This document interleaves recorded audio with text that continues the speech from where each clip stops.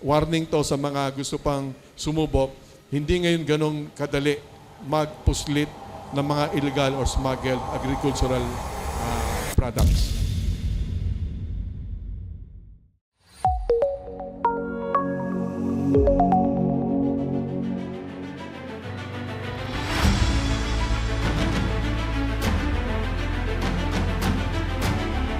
Meron tayo ngayon na gustong iulat sa ating mga kababayan na meron 26 na mga containers na naglalaman ng mga inimport ng mga sibuyas. At ang halaga nito ay hindi bababa sa 86.7 million pesos.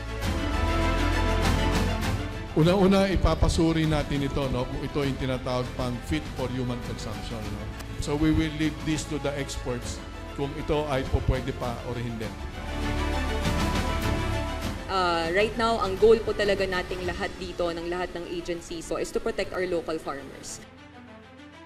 Dahil nga inimbestigahan natin ito at tinatanong natin yung over-importation at binabantayan natin, ayaw nang habulin ito at baka mahabol pa sila.